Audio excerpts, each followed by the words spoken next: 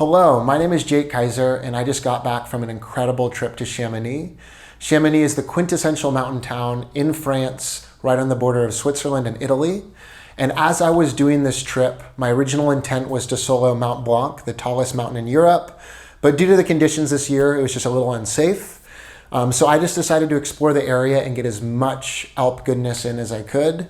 When I was doing the research for this trip, I was drawn to doing the Tour Du Mont Blanc. When I dug in further, I decided I could get a lot more out of this trip by using Chamonix as my home base and doing day trips from there and seeing all the things that I wanted to see. The Tour Du Mont Blanc is a very, very popular hut-to-hut hike where you're going around Mount Blanc and the surrounding peaks.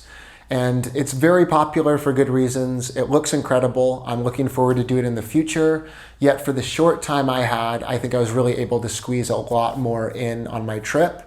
And I'm gonna tell you the reasons why. Before I do that, I'm gonna be releasing a kind of vlog, solo hiking film style videos from every single day of my trip. So if you wanna see some more details and follow along on my entire journey, please give me a subscribe below, like this video. This is kind of my first time doing a video internationally as a part of a trip, so definitely would appreciate that support.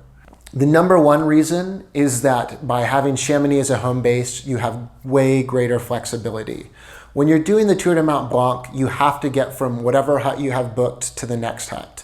Booking those huts can be challenging itself, and you're just kind of on a schedule, and you don't have that flexibility and freedom to do whatever you want that specific day as you do when you're living in town. My big example of this is it was supposed to be raining my entire trip, except for maybe one day of good weather. And if I was doing the hut-to-hut style, I might have squandered my only good day of weather on a kind of more boring part of the trail. I lucked out with the weather, but that flexibility of really making the most of every day, depending on how you're feeling, the weather and all those other variables, is amazing. Another note on this point is you can really do the things that you want to do. I personally wanted to get up close and personal with some glaciers and check out some of the bigger objectives I have planned in the future, and I had the flexibility to do that.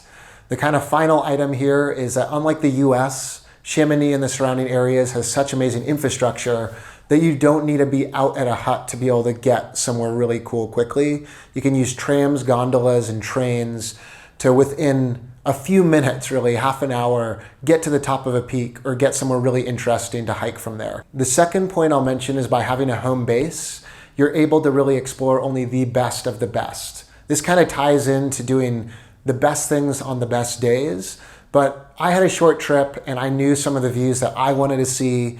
And I didn't have to get from one hut to another just to be able to do that. I was able to really cater each day to the best and most epic views in my perspective, and that was really special and allowed me to just fit that much more in on my shorter trip.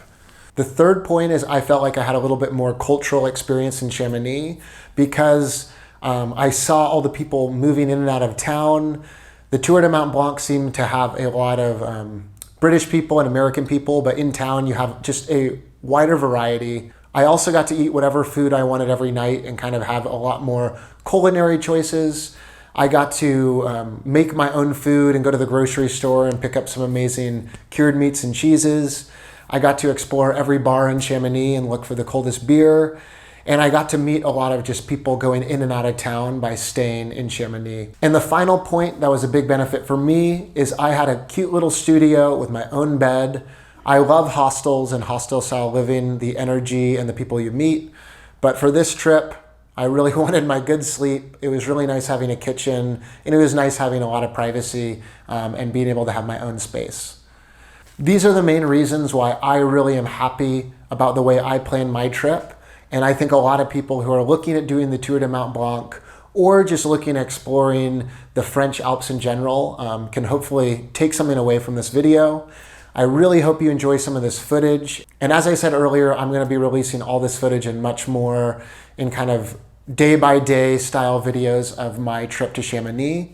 Please give me a like and subscribe. And now that I'm back home in Colorado, I'll definitely have a lot of videos on hiking, climbing, mountaineering, skiing, and all the rest coming out here shortly.